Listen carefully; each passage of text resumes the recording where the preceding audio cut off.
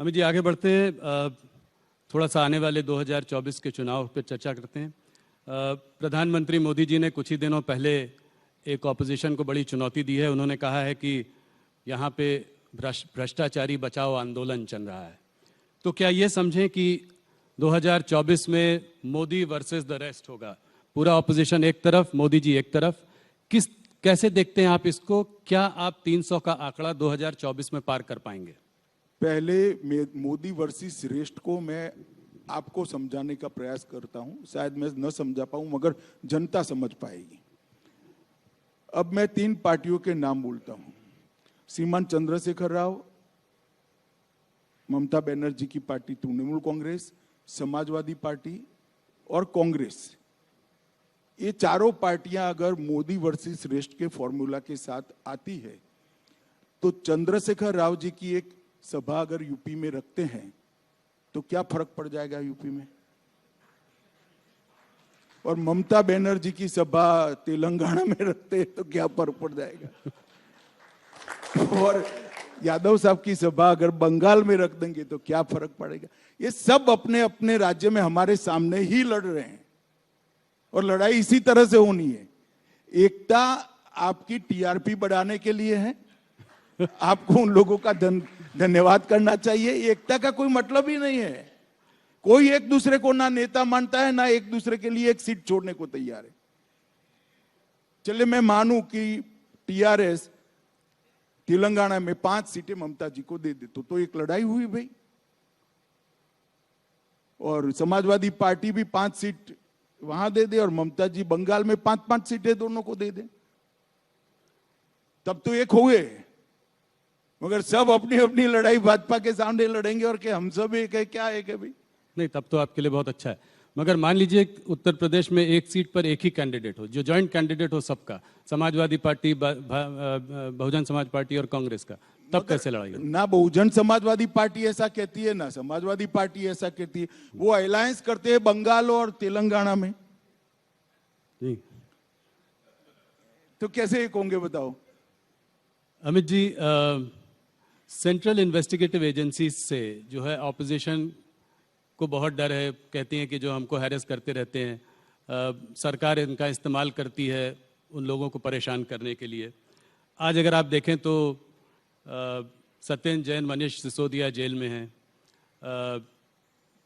चाहे वो कविता हो, केसीआर जी की बेटी हो कविता हो, हेमंत सोरेन हो, सब लोग या तो ईडी के घेरे में हैं या सीबीआई के घेरे में हैं।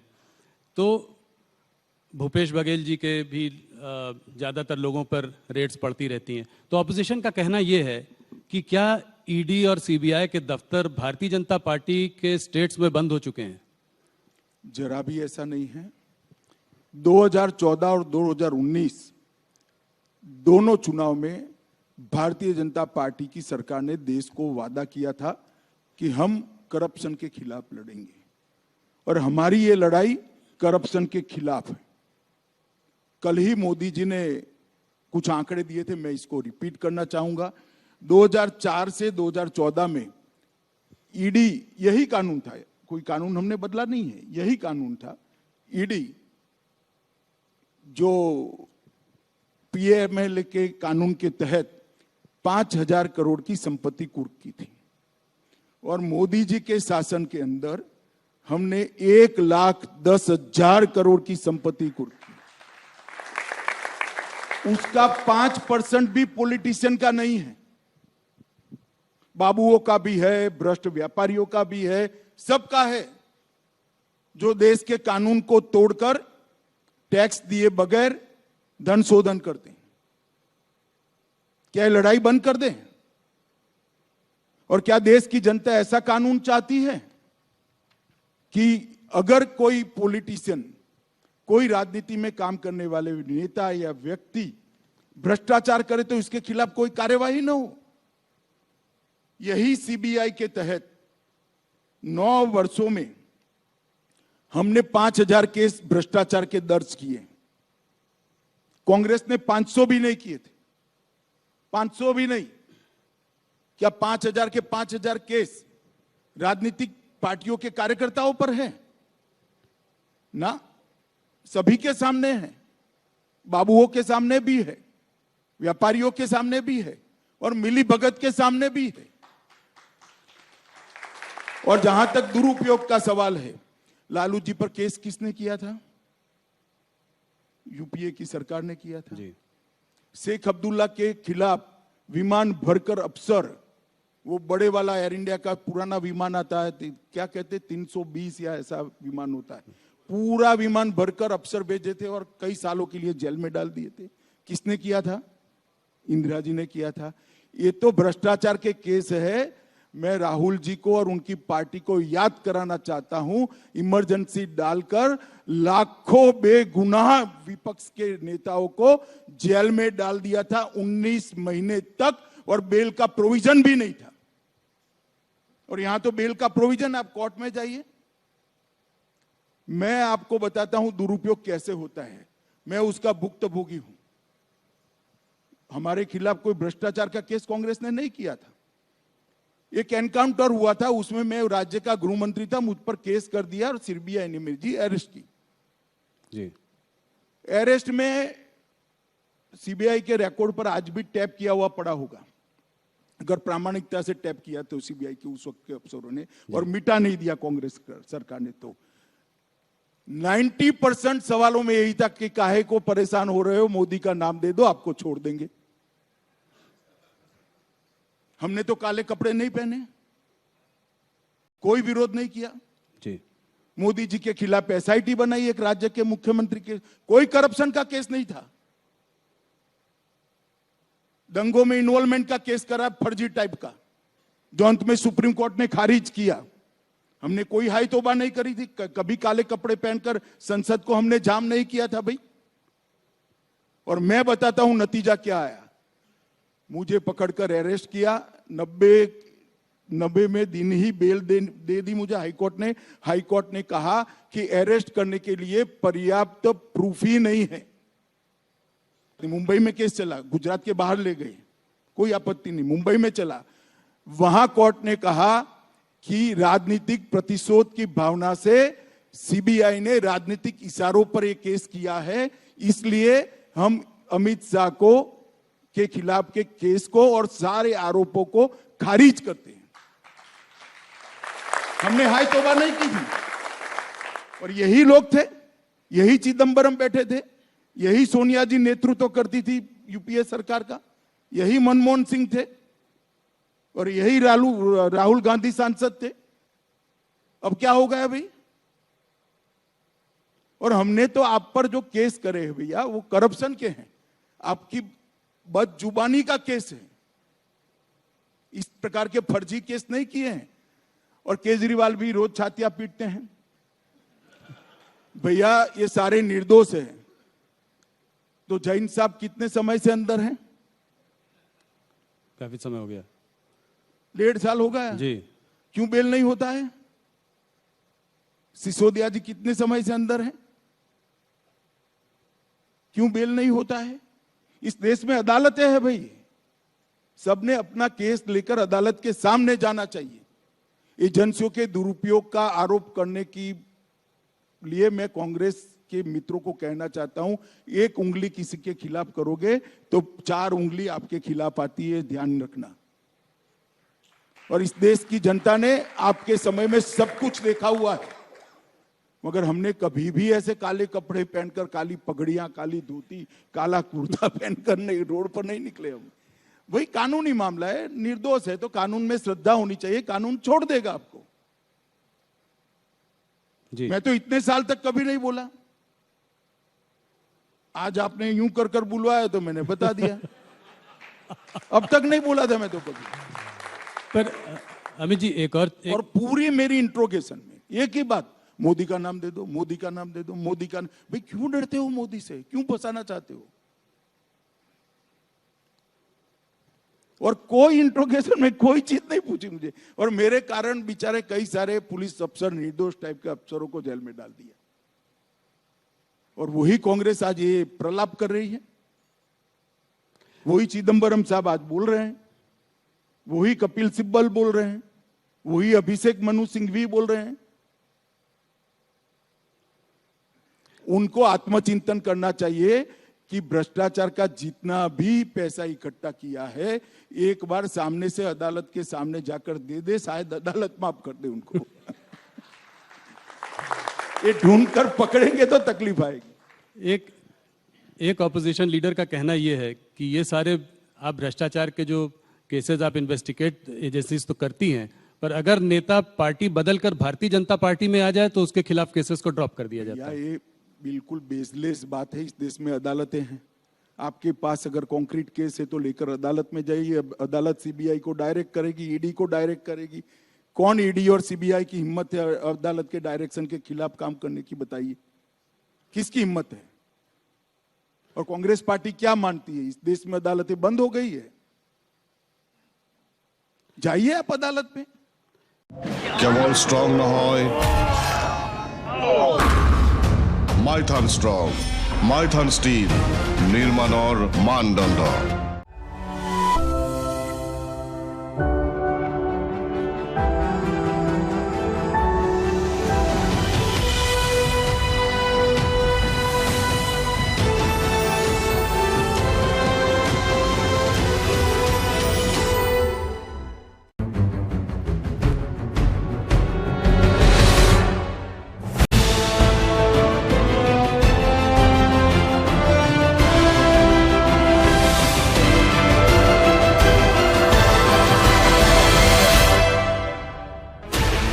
Sixteen channels, 15 languages, 26 states, 1,200 plus reporters, 67 plus crore viewers.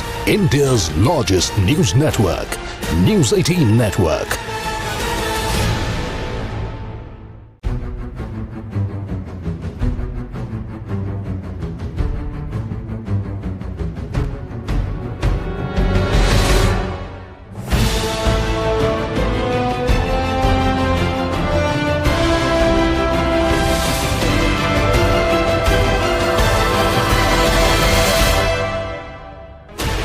Sixteen channels, 15 languages, 26 states, 1,200 plus reporters, 67 plus crore viewers. India's largest news network, News 18 Network.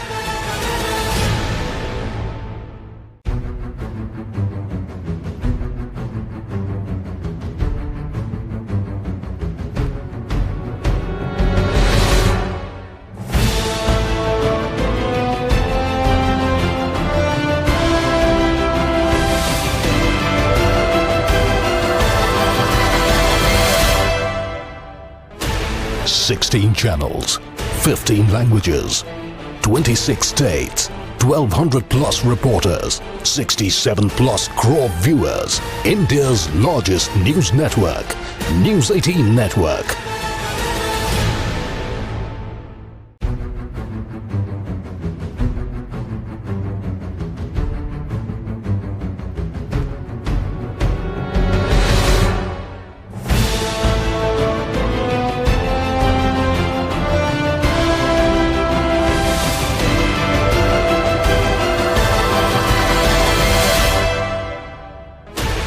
Sixteen channels, 15 languages, 26 states, 1,200 plus reporters, 67 plus crore viewers. India's largest news network, News 18 Network.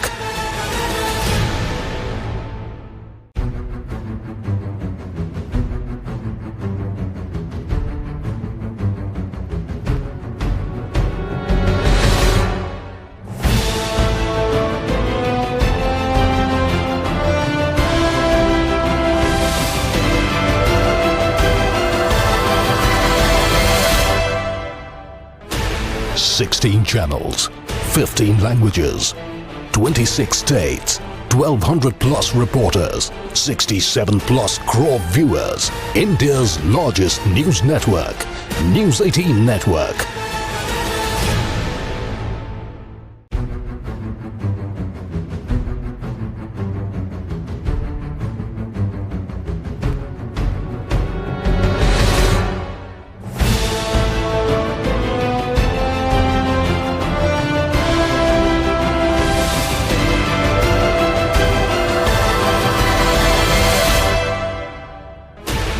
Sixteen channels, 15 languages, 26 states, 1200 plus reporters, 67 plus crore viewers. India's largest news network, News 18 Network.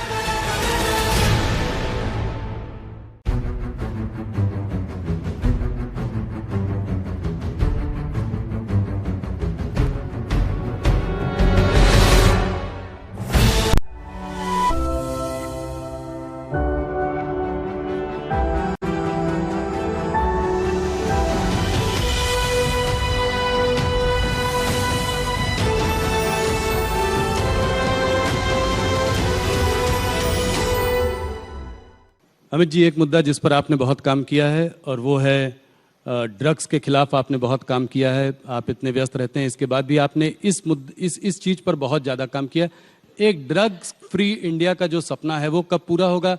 ये problem बहुत बड़ी है आज भी इतने। देखिए, ऐसा है कि ये ऐसी समस्या है जिसकी समाप्ति की कोई डेट नहीं दी जाती है, ना हो सकती है, कभी भी नहीं हो सकती। एक लड़ाई है और लंबे समय तक चलने वाली लड़ाई है, मगर अप्रोच में बदलाव हो सकता है। नरेंद्र मोदी जी के प्रधानमंत्री बनने के बाद ड्रग के खिलाफ लड़ाई में हमने अप्रोच बदला है। एनकोड कर एक व्यवस्थापन 2020 से हम लेकर आए, जिस एनकोड के अंदर 4 स्तरीय व्यवस्था है। केंद्रीय स्तर पर 2 व्यवस्था है, एक राज्य स्तर पर है और एक जिला स्तर पर है। और एक सिर्फ पहले पुलिस और रेवेन्यू डिपार्टमेंट इसके खिलाफ लड़ते, अब होल ऑफ गवर्नमेंट अप्रोच के साथ हेल्थ डिपार्टमेंट, फार्मास्यूटिकल डिपार्टमेंट, इसके साथ समाज कल्याण विभाग, jail, home ministry, revenue ministry, finance ministry और बॉर्डर सिक्योरिटी, तो नेवी, कोस्ट गार्ड, ये सारे सब इकट्ठा होकर इसके खिलाफ लड़े।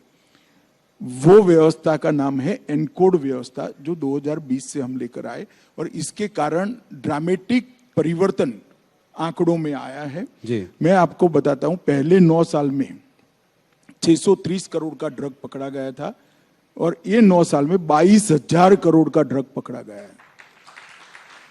देश की जनता को भी शायद मालूम है, हर 3 महीना अपने हाथ से मैं ड्रग जलाता हूं जी, और 3 साल से जलाता हूं। और मैं मानता हूं कि इस लड़ाई के अंदर विशेषकर युवाओं ने जुड़ना चाहिए।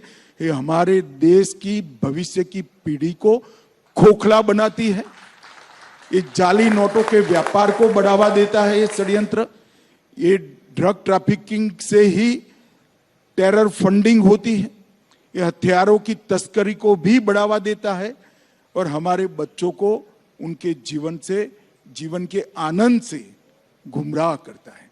और हमारी सरकार का स्पष्ट अप्रोच है कि जिस बच्चे को ड्रग की आदत पड़ती है वो तो विक्टिम है, व्यापार करते हैं वो गुनहगार है, और दोनों के लिए हमारा अलग अलग अप्रोच है। जो विक्टिम है उसको रिहैबिलिटेशन सेंटर पर ले जाओ और जो व्यापार कर रहे हैं उनको कभी न बाहर आ पाए, इस प्रकार के कानून से जेल की सलाखों के पीछे डालो। बहुत अच्छा। आपने अभी कहा आपने बहुत सारे काम किए, एक और काम पे मैं प्रकाश डालना चाहता हूँ और वो है नक्सलवाद से जो आप लड़ाई लड़ रहे हैं। और अभी आप एक राज्य जो है छत्तीसगढ़ में सुकमा में रहकर भी आए, आपने काफ़ी स्कूल, अस्पतालों के कुछ एरियाज़ में जो है आप गए भी, सुरक्षा एजेंसीज के लिए बड़ी चुनौती थी, आप वहाँ पहुँच गए, मगर आपने ये सब किया। इसको आप कितनी बड़ी समस्या मानते हैं और इसको कैसे टैकल कर रहे हैं? देखिए, एक जमाने में काठमांडू से तिरुपति कॉरिडोर की बात होती थी और देश के 12 राज्य इसकी चपेट में थे। 12 राज्य आज घटते घटते घटते घटते छत्तीसगढ़, महाराष्ट्र के 1-2 जिले, मध्य प्रदेश का 1 जिला, तेलंगाना, आंध्र प्रदेश के 1-1 जिले और उड़ीसा संपूर्ण मुक्त हो गए, बिहार और झारखंड भी संपूर्ण मुक्त हो गए, बंगाल मुक्त हो गए, मध्य प्रदेश मुक्त हो गए। और ये 10 साल के अंदर, मोदी जी के प्रधानमंत्री बनने के बाद 9 साल के अंदर हर प्रकार की वामपंथी उग्रवाद की हिंसा में एवरेज 76% की कटौती हुई। इनकी कैडर को पूरी तरह सख्ती से हम निपटे हैं और इसके साथ जो मेन स्ट्रीम में आना चाहते हैं उनको मेन स्ट्रीम में आने की भी व्यवस्था। मैं मानता हूं कि बहुत कम समय के बाद ये देश हम ऐसा सोच सकेंगे, ऐसा सुन सकेंगे, ऐसा देख सकेंगे कि देश वामपंथी उग्रवाद से संपूर्ण रूप से मुक्त हो चुका है। अमित जी, एक सवाल और, आज अगर आप विश्व भर में देखें तो ज़्यादातर देश में अर्थव्यवस्था चरमराई हुई है। सारे बड़े बड़े देश जो है उनकी इकॉनमी जो है आज एक कठिन एक संघर्ष से गुजर रही है। आज इंडिया एक ब्राइट स्पॉट है जिसकी की इकॉनमी फिर भी संभली हुई है और अच्छा कर रही है। मगर इसका एक दूसरा पहलू है जो कि सरकार, ऑपोजिशन सरकार को टारगेट करता है, वो है महंगाई और बेरोजगारी का मुद्दा। ये मुद्दा बार बार आता है, महंगाई बढ़ी है और काफ़ी बढ़ी है इधर, तो आप इसको कैसे देखते हैं? देखिए, महंगाई को भी कोरोना के कठिन कालखंड के बाद विश्व के परिप्रेक्ष्य में देखें तो भारत की स्थिति England, Germany, France, even America, ये सबसे बहुत अच्छी स्थिति है। और मैं इतना कह सकता हूं कि खाने पीने की चीजों पर मोदी जी ने महंगाई को नहीं बढ़ने दिया है। मगर आज विश्व का अर्थतंत्र एक दूसरे के साथ इस प्रकार से जुड़ा है कि विश्व के अर्थतंत्र के अंदर जो बदलाव होते हैं, इससे कोई भी देश अछूता नहीं रह सकता। हम अगर ये कहेंगे कि विश्व के अंदर जो स्लोडाउन आया इसका हमारे यहाँ कोई प्रभाव नहीं होगा, विश्व के अंदर जो महंगाई हुई इसका हमारे यहाँ कोई प्रभाव नहीं होगा, तो वो सही नहीं होगा। इसका प्रभाव होना ही है, परंतु इसके सब प्रभाव को कम कम करने का काम भारतीय जनता पार्टी की नरेंद्र मोदी सरकार ने किया है, इस देश के प्रधानमंत्री ने किया है। और मैं आज कह सकता हूं कि कोरोना के कालखंड के दोनों सालों में समग्र विश्व में सबसे तेजी से बढ़ने वाली अगर कोई अर्थव्यवस्था रही है तो वो भारत की रही है। और ओवरऑल असेसमेंट करें तो अटल जी इस देश के अर्थतंत्र को 11वें नंबर पर छोड़कर गए विश्व के अर्थतंत्रों की तालिका में जी। फिर अर्थशास्त्री प्रधानमंत्री मनमोहन सिंह जी आए, उन्होंने एक बहुत अच्छा काम किया, 11वें नंबर पर से देश को 12वें नंबर पर नहीं जाने दिया, 11वें नंबर पर 10 साल तक देश स्थित रहा। फिर मोदी जी आए, 9 साल में 11वें नंबर पर से 5वें नंबर का अर्थतंत्र भारत बना। और मैं मानता हूं ये बहुत बड़ी सिद्धि है, पूरी दुनिया मानती है कि भारत उत्पादन का हब बन चुका है। नए नए क्षेत्र के अंदर ग्रीन हाइड्रोजन का क्षेत्र हो, अंतरिक्ष का क्षेत्र हो, ड्रोन का क्षेत्र हो, स्टार्टअप को बढ़ाना हो या युवाओं के लिए एक सानुकूल वातावरण खड़ा करना हो जिससे एक मंच पर खड़े रहकर विश्व के युवाओं के साथ वो स्पर्धा कर पाए, वो मंच मोदी जी ने भारत के युवाओं को दिया है और सफलतापूर्वक दिया है, ऐसा मैं मानता हूं। नहीं, और आज लोग मानते हैं कि इस डेकेड के एंड तक हो सकता है कि हम top 3 economies of the world में भी हों, तो इसमें कोई दो राय नहीं है। अमित जी, मैं हर बार कोशिश करता हूं कि आपसे कुछ हल्के फुल्के सवाल पूछूं पर उसका मुझे कोई जवाब नहीं मिलता। एक सवाल जाते जाते बताइए, आप रिलैक्स कैसे करते हैं? कुछ कभी छुट्टी लेते हैं, कभी कुछ? तो अभी आपके साथ बैठकर ही रिलैक्स हूं भैया। देखो भाई, मन में जो है वो करते रहो, अपने लक्ष्य के अनुरूप करते रहो, अपनी मान्यता के अनुरूप करते रहो, कभी थकान नहीं लगेगी। अपने मन से विपरीत करोगे, अपनी आइडियोलॉजी से विपरीत करोगे, अपनी मान्यता से विपरीत करोगे तो थकोगे। अगर कोई कॉम्प्रोमाइज करे बगैर अपनी मान्यता के अनुसार काम करते रहोगे तो थकान कभी नहीं लगेगी, और इसीलिए मुझे कभी नहीं लगती। मुझे पता है कि मुझे जवाब मिलेगा नहीं, पर मैंने फिर भी कोशिश की।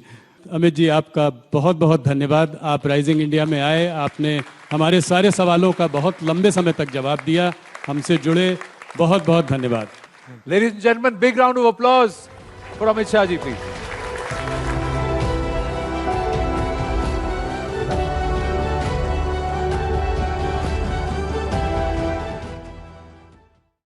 কেবল স্ট্রং নহয়, মাইথান স্ট্রং, মাইথান স্টিল, নির্মাণৰ মানদণ্ড।